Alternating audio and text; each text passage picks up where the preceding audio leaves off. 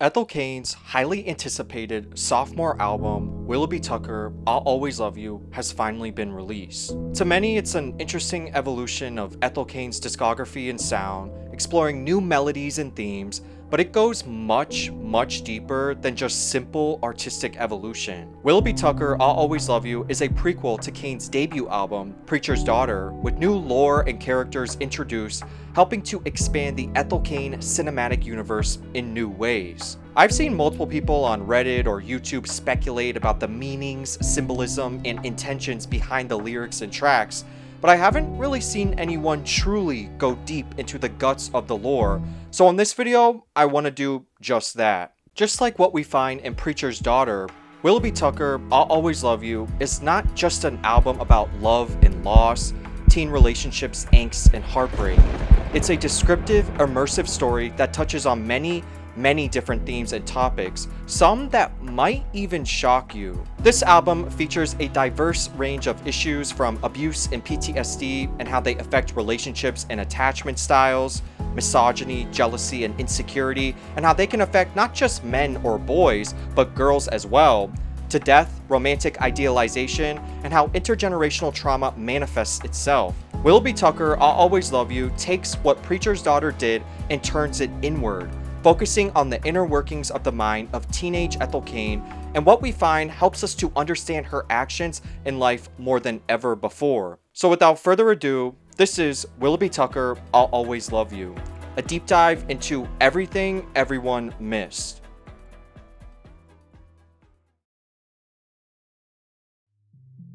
Ethel Cain first rose to mainstream prominence with the release of her debut album, Preacher's Daughter, which won several awards, has become critically acclaimed, and was even the first debut album by a trans artist to reach the top 10 best albums on the Billboard 200 chart. Preacher's Daughter introduced many fans to the aesthetic and themes that would come to define Ethel Cain and the layered lore surrounding her, including the rot and decay of Southern Gothic, the themes of religious influence, and how intergenerational trauma affects one's decisions and outcomes in life. But what makes what Ethel Cain does so much more fascinating is its conceptual nature. Ethel Cain is a character, and many of the events she centers her cinematic and sonic storytelling around are fictional, but still quite authentic, as the woman behind Ethel Cain, Hayden Anhedonia, comes from a small southern town in the panhandle of Florida and was raised in a very conservative religious family, being homeschooled and her father being a Southern Baptist deacon. This upbringing helped give Hayden an immense cultural reservoir to draw from to help build the lore behind the Ethel Cain character. In Preacher's Daughter, we were first introduced to Ethel Cain, and throughout the album, we experienced her entire life and death. We witnessed her cautiously optimistic adolescence,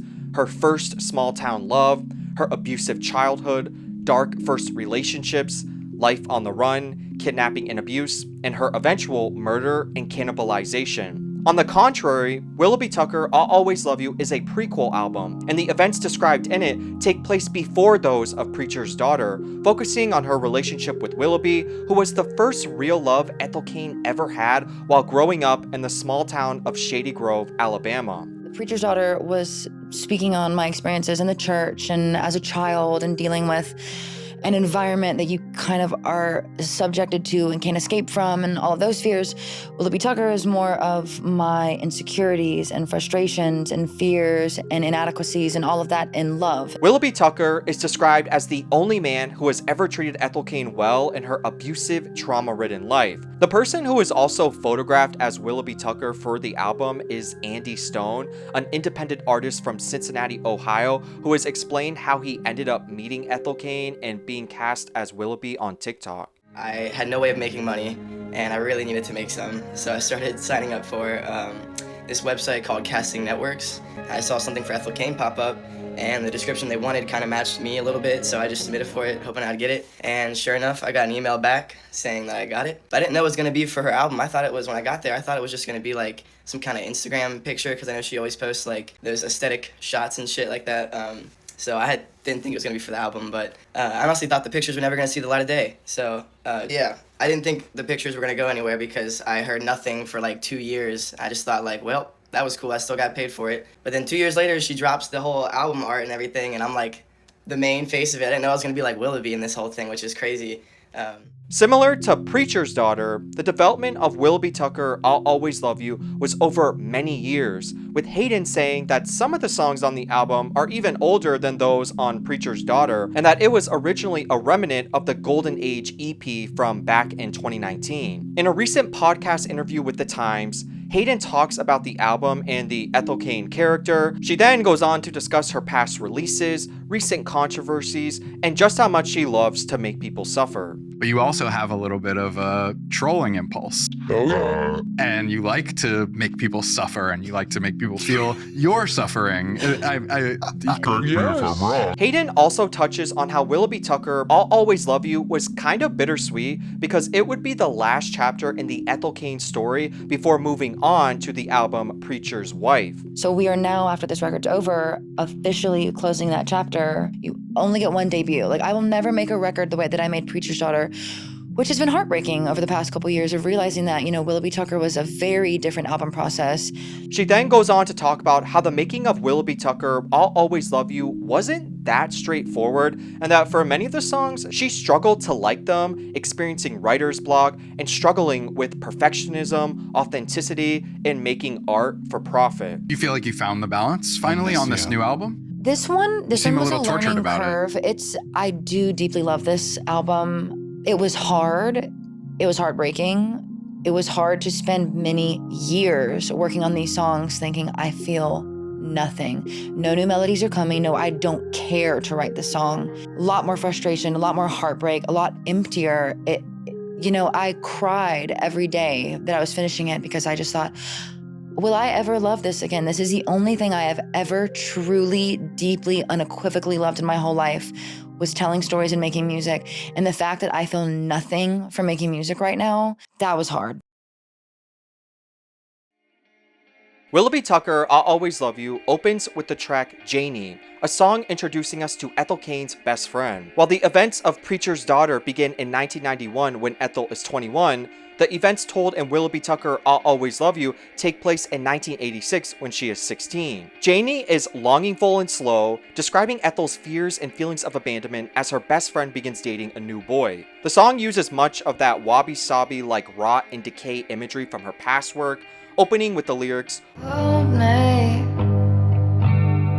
smell of mildew. Like I discussed in far more detail in my previous two Ethel Cain deep dives, Hayden often uses decaying, abandoned, or rotting imagery to reflect certain abstract themes and emotions in her work, like tying trauma and abuse to hell and cannibalization, or feelings of abandonment and mental illness with rotting or neglected buildings and objects. The Janie character was created while Hayden was writing Diary of a Preacher's Daughter, a book that goes into more depth about the Ethel Cain lore, with Janie being Ethel Cain's one and only best friend. Hayden has stated on the song, Janie is Ethel Cain's best and only real friend. I've had her written for a while, but there wasn't much of a place for her on the debut album. The B-sides, however, I've been having a lot of fun writing her character in the book, LOL. That's my girl for real. Hayden has also talked about making a movie for Preacher's Daughter and how she would want to cast KeKe Palmer as Janie, and if she's anything like the actual KeKe Palmer, then she's outgoing,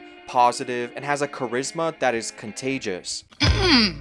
This one has a little sweetness to it. The track also introduces us to the introspective nature of the album, describing Ethel's paranoia-like fears of abandonment and how she anticipates the worst outcome so badly that it's almost as if she manifests it. The lyrics, come on, hurt me, I'm deserving, and I can see the end and beginning of everything, and in it you don't want me, show how subjective the perspective of this song is from, and how we don't even really know if Janie is being distant or if it really is the end of anything at all. We are only exposed to Ethel's instinctive reaction to the new boyfriend and how her past trauma manifests in her insecurities and expectation that it's all over now and nothing can be done about it. To be fair, I think that this sort of mindset is pretty understandable. I mean, I'm gay, and the number of girlfriends I've had that have disappeared once they've got a boyfriend is almost all of them. But I also think it's worth pointing out that based on the traumatic background and lore of the Ethel Cain character, this could also be something like a trauma response. Many people who are raised in unstable or abusive households will sometimes develop these clingy, black and white, all or nothing, expect and accept the worst outcome before it actually happens mindset due to their childhood experiences. As we all know, Ethel Cain was abused by her father as a young girl, and when you grow up with abuse, you can sometimes internalize and expect it because it's all you've ever known. Most people with childhood abuse struggle with self-image, confidence, and can sometimes cope by developing these sort of clingy attachment styles. Once exposed to a stressor, they may also impulsively expect the worst because growing up, a lot of the time, the worst did tend to happen. So in Janie, we are introduced to her best friend, but also the introspective, internal nature of the album and how all the dark experiences we learned about in her previous Preacher's Daughter album affect the inner workings and thoughts of teenage Ethel Cain. The second track on the album is titled Willoughby Tucker's Theme and is an ambient piano ballad instrumental.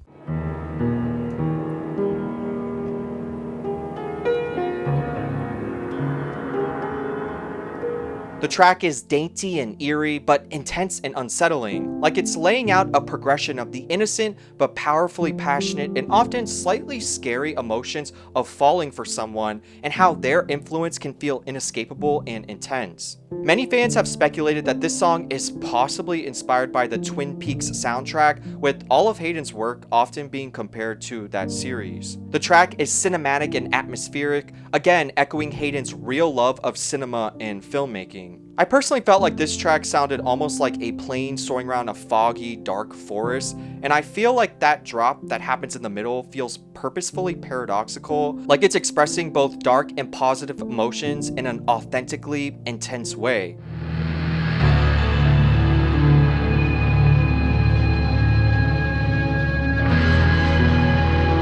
Like it's sonically reflecting not only Willoughby's own personality, struggles, and mindsets, but also how powerful loving someone can be, and again, how it can be both beautiful and scary, passionate but unsettling. The third track of the album is titled Fuck Me Eyes and was also the second single released. In this song, we get a track that is slightly more optimistic and upbeat, at least in tempo. The production is 80s-esque with hints of synth and electronic, keeping with the time these events took place in 1986. Me Eyes was originally from the Inbred EP back in 2021, with Hayden saying, Me Eyes is a song I wrote a while ago, back before I ever left Florida for the first time. I wrote it on an acoustic guitar and it was just this little plucky thing, and I just kinda like writing a song about a girl or something. I was gonna put it on my EP Inbred a while back and then scrapped it, and then one day I was out driving on like the most beautiful day and I just put it on randomly thinking about it, and I was like, wait, I like this. And I texted my good friend Matthias and I said, I need you to do the craziest synths on this. And so he recorded all these crazy synths for it and sent it back, and I said, oh Jesus, this is it. And I feel like every record needs one good big pop song just for fun. Me Eyes describes Ethel's perception of a girl named Holly that she's convinced has everything and whom her crush Willoughby likes. She's got her hair up to God, she's gonna get what she wants. It goes on to describe how this girl is young, most likely around Ethel's age, but how everyone wants to take her out, how she's not scared of anything, and again, is told from the perspective of Ethel in a slightly jealous but understanding and admiring way. I'll never blame her, I kinda hate her, I'll never be that kind of angel, I'll never be kind enough to me, I'll never blame her for trying to make it, but I'll never be that kind of angel he would see. Hayden says on how the song fits into the Ethel Cain universe, continuing in the theme of high school anxieties, Me Eyes, on top of being an homage to one of my favorite pop songs of all time, Betty Davis Eyes, is meant to be an ode to the girls who are perfect and have everything, yet carry the reputation of town slut. The beautiful blonde who is just lonely and wants to be loved,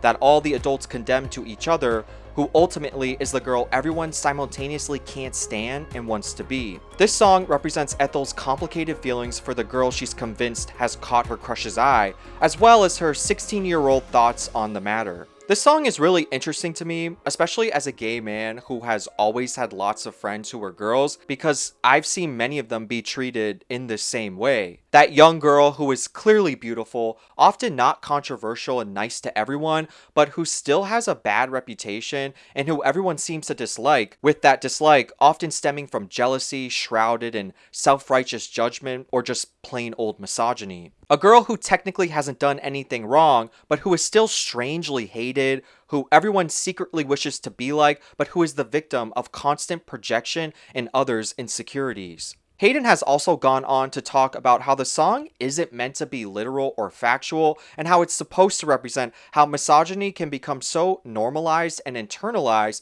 that people assume harsh things about other girls simply because they are beautiful, popular, or desired. To clear Holly's name a bit, half of the lyrics aren't even true. With all the songs being written from Ethel's perspective, it's mostly just regurgitated rumors. Of course, the 16-year-old isn't engaging in prostitution at the Holiday Inn or sleeping with old men in their truck. They're just hateful rumors, all aimed at one kid for absolutely no reason, because that's how it happens. That's why Ethel is parroting all these conflicting statements of adoration and condemnation, but the core lyric of "no one ever wants to take her home" is where Ethel finally finds common ground with Holly. It's the thing they can both relate to. It was kinda crucial to Ethel Cain's character development. Another detail I found interesting that further cements the introspective nature of this album, and also the insecure mindset of the Ethel Cain character, is how she assumes Willoughby likes Holly simply because she sees them together and she's beautiful. I think it's another interesting detail that mirrors what we saw in the first track, Janie, where Ethel impulsively assumes the worst outcome for certain situations. It's that anticipate and accept the worst outcome mindset again. The fourth track on the album is titled Nettles and was the first single released.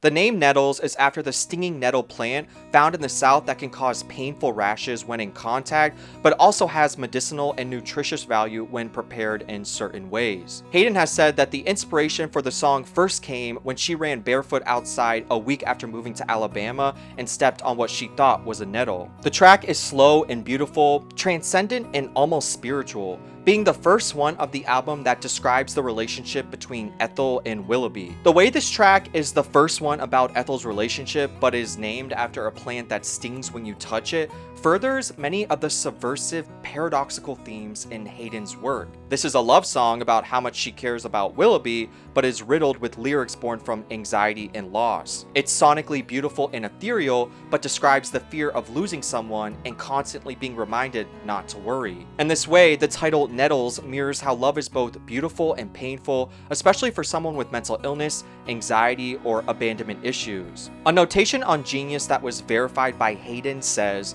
"Nettles and Dust Bowls circle each other thematically. Nettles, representing soft and vulnerable organisms, evolved to be outwardly painful and self-protection, attempting to grow and survive in a place that makes this difficult. Nettles aren't painful for no reason, they've evolved that way due to the environment they are from." Hayden has said that Nettles is about, quote, "a dream of losing someone you love, asking them to reassure you that it won't come true, and to dream instead of all the time you'll have together to grow old side by side." We see the details of this dream in the opening, describing the plant explosion and a piece of shrapnel that fatally wounds Willoughby, and Willoughby's attempts at comforting her in the opening of the chorus. A piece of shrapnel flew and slowed that part of you. Tell me all the time not to worry. What this anxious anticipation and obsession with the worst case scenario happening mindset reminds me of is not just obvious anxiety, but also PTSD, and how trauma can sometimes force people to ruminate on all these horrible scenarios as a way to protect themselves from the bad things that had happened in the past from ever happening again. It's a form of pattern recognition, even when the patterns aren't necessarily there, because the brain is going into overdrive, and at the end of the day, it just wants to protect you, even if that means anticipating horrific scenarios just so you can be prepared for them. Remember, again, Ethel was abused as a child and most likely has some form of PTSD, and PTSD develops when a person is exposed to something so horrific, traumatic, or unthinkable that they aren't able to process it, and it manifests in all these other ways like anxiety or depression. And so this obsession with the worst possible outcome can be seen as the brain being like, nope, not again. When it happens this time, we'll be prepared and won't be surprised. In the lyrics, "I wanna bleed, I wanna hurt, just like the boys do," we find that Ethel envies the perceived mental fortitude and strength in masculinity and how that affects their expression of certain emotions. Another Hayden-approved Genius lyric annotation describes this as, Ethel yearns to experience the pain and expression in a way that is culturally coded as masculine. She envies the perceived emotional clarity and physical freedom boys are often allowed when expressing distress through anger or violence. Such methods mirror the self-destructive actions Willoughby has done throughout the album, whereas girls and women are frequently denied those outlets or punished for using them. Gendered envy is seen here, not of being a boy per se, but rather to access the same privileges of suffering. Ethel yearns for the right to be visibly angry, reckless, or damaged without it being pathologized or romanticized. Wanting to bleed and hurt the way the boys do alludes to her craving to feel raw and seen rather than quietly suffer under the burden of emotional repression. The lyrics, "That picture on the wall you're scared of looks just like you," is a reference to the rocky relationship between Willoughby and his father, and how he resents him so much that he even avoids looking at his picture because he is either just that afraid of him or that he is genuinely terrified of finding any resemblance to the man he despises. His father is broken and angry, using substances to cope, and Willoughby follows in those footsteps, despite wanting nothing more than to never be anything like his dad. This also helps continue Ethel's thematic use of trauma and fate that will come to define Preacher's Daughter. In Nettles, we also find the lyrics, "You'll go fight a war, I'll go missing, I warned you, for me, it's not that hard." These express a figurative representation of how Ethel not only perceives Willoughby as masculine, strong, and confrontational in the face of conflict, but also how Ethel is avoidant and timid with her emotions in comparison to him. The outro lyric also makes the song quite full circle, bringing us back to the Nettles comparison and how love is hard and paradoxical, how loving her isn't easy, and means you will also suffer in some way if you choose to. Now, Nettles is actually my favorite track on the album for the simple reason that I'm a weirdo who is obsessed with dying, not in a suicidal way, but in a strange, almost spiritual hyperfixation way. I know that's weird, but I feel like this song sounds like dying, and not in the usually absolutely sad, depressing way, but in a bittersweet, end of a really good film way, which is how I imagine it would be. The lyrics, I can hear them singing, I can hear them singing. reminds me of one of my favorite movies growing up called Walk the Line with Joaquin Phoenix and Reese Witherspoon, and the scene where Johnny Cash's brother dies after an accident, and as he passes away, he says he can hear the angels coming to get him. You hear him, JR? Do you hear them angels?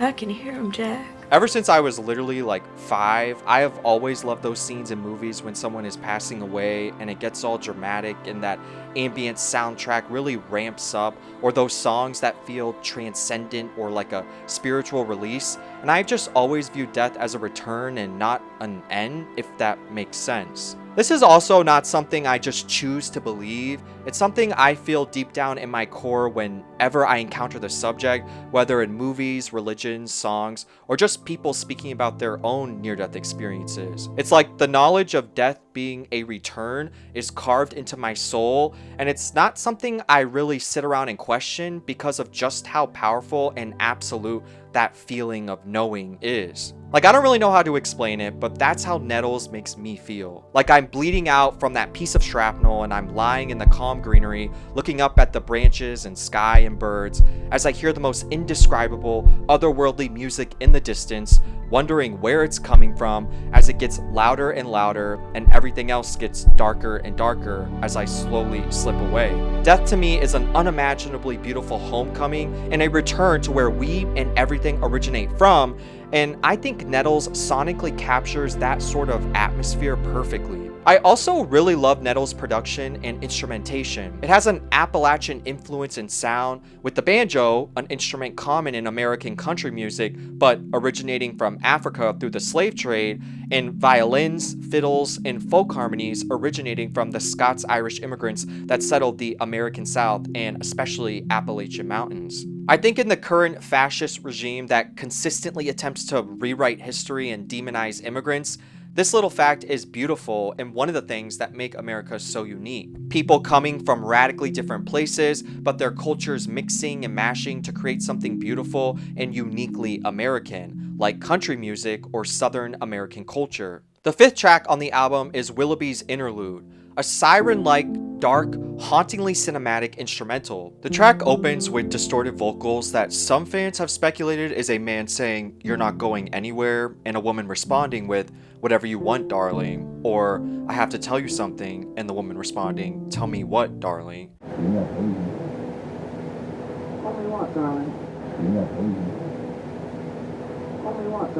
To me, this song sounds like the paradoxical feeling an empty highway can give you. A highway, obviously due to its usual purpose, is associated with busy movement and danger, but when you see one in the middle of nowhere that is empty, it kind of feels strange and almost exciting, like you can now run and walk in the middle of the road, but that creeping fear that a car will suddenly appear keeps you alert the entire time. It's the concept of freedom with a slight undercurrent of inevitable danger. Fans have also speculated that this song is inspired by Laura Palmer's theme, another soundtrack from Twin Peaks. Others have also pointed out that this track is very similar to Willoughby's theme, just being slightly more dramatic and drowned out, ambient, and unnerving. The sixth track on the album is titled Dust Bowl. This song is somber and unsettling, slow and dramatic. The track opens again with dirt and rot-like imagery, with the lyrics, Pretty boy, natural blood, stained blood, with the holes in his sneakers. Dust Bowl goes on to describe Ethel's and Willoughby's relationship, with Hayden using that paradoxical writing style again,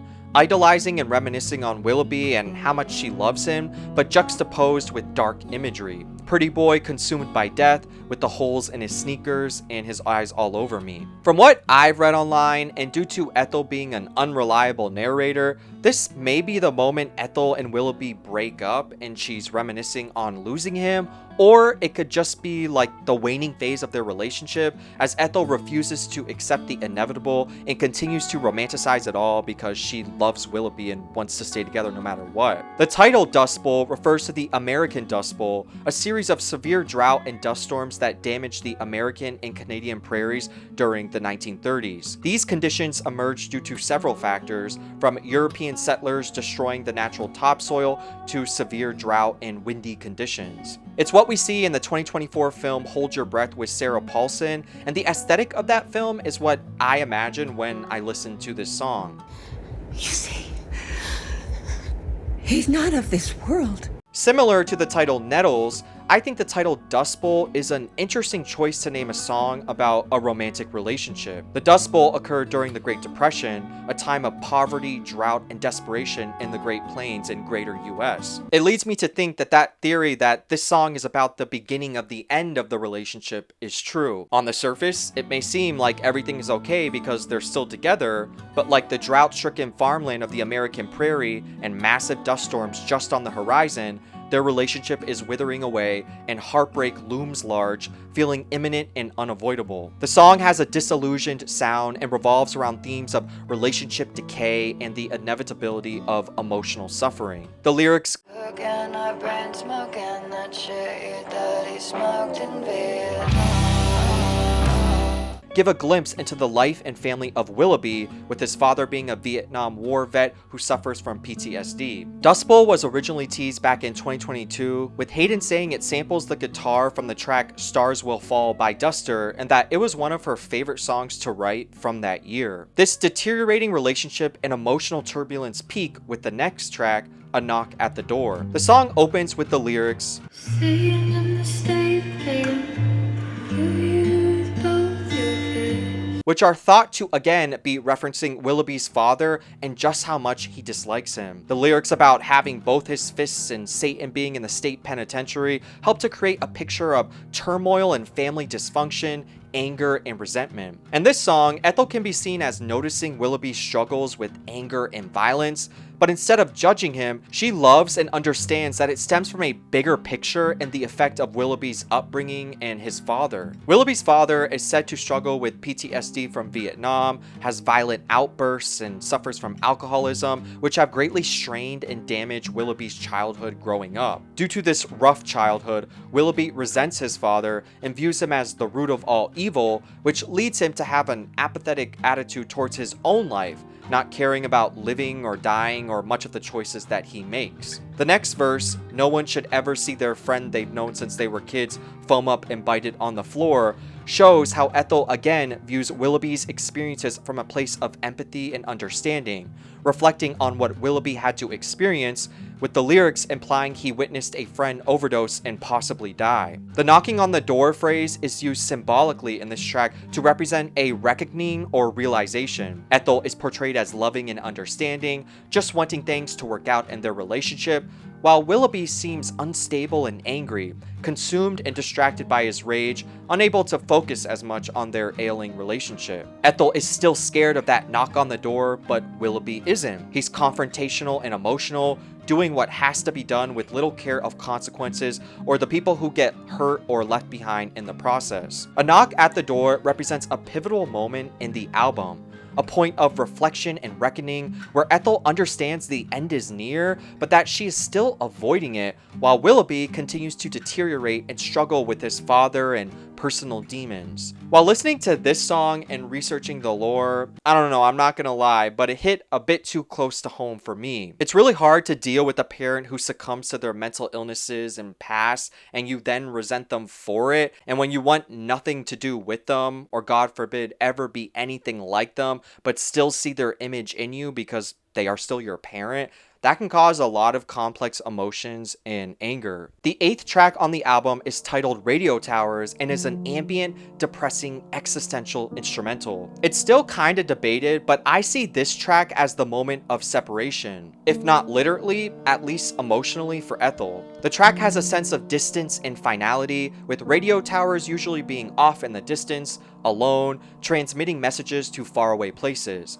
The echoing radio beeps, static, and ambient synths help reinforce a sense of emptiness and communication breakdown. I think radio towers are a perfect metaphor for distance and loneliness because I grew up in the Keys, and because you're on this tiny island chain with most of them being uninhabited in the middle of the ocean, at night everything would look pitch black and lonely. Like, I remember when we would drive home at night, I would look out into the blackness of the ocean and islands, and the only thing I would see was the blinking red lights on top of massive radio towers. I would always get this surreal feeling of emptiness or loneliness when looking at them, and as weird as it sounds, I would wonder what it would be like to be them because their existence seems so surreal and lonely. Just these giant steel structures perched on uninhabited islands in the middle of the dark with no real purpose at the time to me, but to just beep this slow red light every once in a while. The track also has a beeping sound that is presumably intended to represent a radio tower or signal,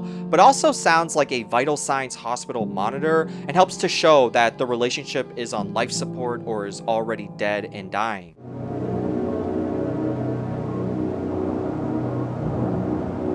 The 9th track on the album is titled Tempest. The track is ethereal and siren-like or ghost-like and sounds to me like death or a dark cinematic ending to something. The term tempest is typically used to describe a powerful, windy storm, often associated with supercells or tornadoes. This brings us to the tornado that swept through Shady Grove, Alabama on the evening of April 21st, 1990, and is also the night Willoughby disappears, either by leaving town or dying. In a page from the book Ethel Cain is writing about Preacher's Daughter, we find the tornado that swept through Shady Grove, Alabama on the evening of April 21st, 1990 would be immortalized in the town's history alongside the 3 bodies it left in its wake. The page goes on to detail the multiple people who have died in the town and ends with, the 3rd body was a John Doe, found flung out into a field somewhere in the Springs with his face smashed in. He was a drifter most likely, or at least that's what everyone prayed for at night as they bit their lips and knelt before the foot of their beds. It's just easier to lose a stranger. As for me personally, I lost Willoughby that night. The only thing I've ever truly loved in this wretched life, and I left him curled between the couch and the coffee table when it all got too loud. Be mean is what he'd tell me every time I'd start shaking. What he didn't tell me is that you can be mean and still be a coward. Some things you have to learn on your own. Now, it's implied that Willoughby left town, but many fans speculate that he also may have died, and I think Hayden purposely described the 3rd and last victim of the tornado as a John Doe to leave us on edge of what really happened. Tempest is the only track told from Willoughby's perspective, opening with the lyric,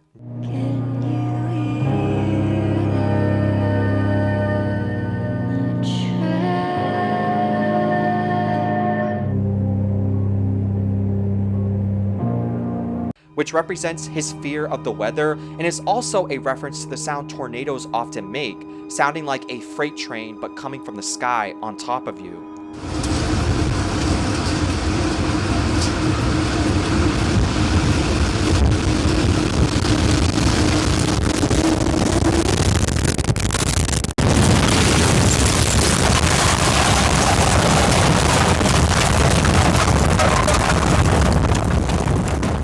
These lyrics also help to create contrast between the tough, hardened, strong image Ethel projects onto Willoughby throughout the entire album, and how, in the end, he's similar to Ethel, just a boy who is scared and wounded inside, searching for love and projecting his trauma in his own angry way. It's implied that this song is during or immediately after their last fight, which solidifies their breakup with the lyric, "Do you swing from your neck with hopes that someone cares?" echoing the sentiment found in the track Family Tree intro from Preacher's Daughter, and implies that Ethel talks a lot about her trauma and family issues, and that Willoughby views it as an inauthentic trope to get sympathy or just a way for her to victimize herself and excuse her behavior. The lyrics, "I can lead you to bed, but I can't make you sleep," echo how Ethel is trying to help Willoughby, but he doesn't view it as helpful or maybe even possible. Another genius lyric annotation approved by Hayden states, "Ethel desperately tries to do for Willoughby what she thinks he needs, but she can't truly help him as she's never truly looked at him for what he truly is or what he actually needs." He sees this surface level attempt as echoing the sentiments of his mother, someone who left him and his father years before. This helps to further show that not only is Ethel just a young girl in love, but that who she's in love with doesn't exist and is an idealized, personalized fantasy, and that Willoughby knows it. Towards the end of the track, we see the lyrics, "I'm gonna regret this," and "Waiting on my own, always on my own," which further helps to reflect Willoughby's own trauma and expectations and how he has internalized his mother leaving him and his father being abusive to view himself as deserving of struggle and loneliness because that's how it's always been. During the trials and tribulations with Ethel, instead of maybe holding himself accountable or at least trying to listen and work things out, he seems to shut down, sinking into victimization and accepting the worst outcome because he believes it's inevitable and what he deserves. In the lyrics, "I'll hurt myself if I want, I don't care," along with the vitals monitor beeping in the background of the song, we not only see the self-destructive mindset of Willoughby or how their relationship is dying, but it possibly also symbolizes his own death rapidly approaching. I know most people point to the tornado as the obvious reason for Willoughby's death, but I do wonder if this song is alluding to literal self-harm or even suicidal ideation in response to their fight and breakup. This behavior is sometimes common for those with mental illnesses or that anxious attachment style I talked about earlier in the first track, Janie. This theory is further supported by the lyrics in the next track, Waco, Texas, where Ethel says, "You were there looking for me, but I was gone, turned my back for a moment, and you had fallen apart," which could imply that Willoughby was very emotionally reliant on Ethel, and when she finally ended things, he mentally couldn't take it and fell apart. Now, it's not explicitly stated if the breakup is mutual or if one leaves the other, but from what I've read and how I interpret the song, Ethel confronts Willoughby and tries to help him, but based on his response and that unrealistic idealized image of Willoughby collapsing, she pulls away and officially ends it. The 10th and final track on the album is titled Waco, Texas. This track describes Ethel reflecting on the loss of Willoughby and their rocky relationship. The title Waco, Texas is not only a reference to the actual city, but also the government siege of a religious cult, with Hayden saying on Tumblr, "The events of the Branch Davidian siege take place around the same time as Ethel's life and death. I think the final standoff happened about 2 years after Ethel dies, but I always see the rise and fall as being parallel to her story. Yes, David Koresh was insane and also a pedophile, so I'm not going to pretend to look up to him or something, but the story just has always intrigued me. As Ethel and Willoughby fall in love, they find themselves blinded to the rest of the world for a while, captivated by each other and thinking that love could keep them safe. But eventually, the real world comes knocking and everything goes up in flames. I just like the parallels of their relationship in the events of the Branch Davidians. Ethel sees him as being this beautiful, enamoring god, and she's deeply in love with him, but in the end, she realizes he's just a broken boy and they're both too far gone. I don't know, it's just a corny little love drama that I'm way too deeply invested in, and I'm drawing lines in the sand trying to pair it with a 30-year-old cult siege, lol. I don't get out much. The song represents a conflicting moment for Ethel, where she both comes to terms with the relationship being over, but also reminisces on the good times and expresses that she still cares for Willoughby, singing, "But I still believe in Nebraska dreaming, 'cause I'd rather die than be anything but your girl." Nebraska Dreaming echoes what we find in A House in Nebraska, the third track from Preacher's Daughter, where Ethel reminisces on how she and Willoughby would spend time in an abandoned house in Alabama, imagining it's their own, somewhere in Nebraska far away from their pain and trauma. Waco, Texas details how Ethel wishes she could make their relationship work, how she'll always love Willoughby, but also how love is not enough in this world. Ethel feels conflicted and even guilty, asking if Willoughby is still angry at her or if she'll ever forgive him because she knows she won't. The track closes with the lyrics, "I can wait if I want, but it will never be good enough, like I want to believe it is." These lyrics also reflect how idealized Ethel's perception of Willoughby and their relationship was,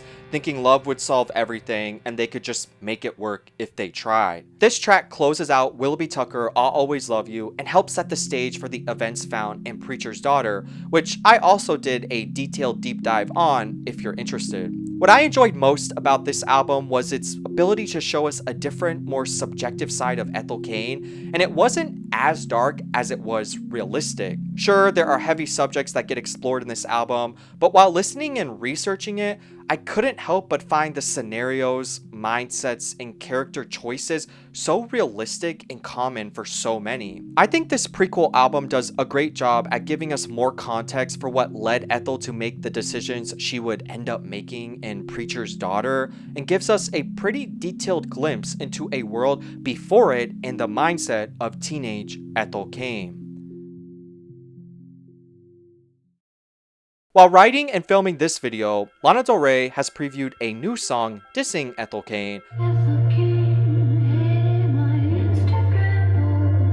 and Hayden posted on her story saying that Lana Del Rey has blocked her. As someone who is a fan of both artists and who has made multiple deep dives on them, this beef isn't something I could have ever imagined, but it reminds me of something I've been interested in making. A deep dive like analysis into both Lana and Ethel. Not in terms of the drama they're currently in, but more about the similarities and differences between the two and the multiple aesthetics and philosophical movements they are influenced by, like the rose-tinted Americana romanticism of Lana Del Rey or the tragic Southern Gothic realism of Ethel Cain. I think they have some pretty obvious but interesting differences, but also some similarities that can be connected to represent a larger trend happening in pop culture right now that I think would be cool to talk about. But let me know what you guys think, anything that I may have missed in this album analysis, and I hope you all enjoyed this video.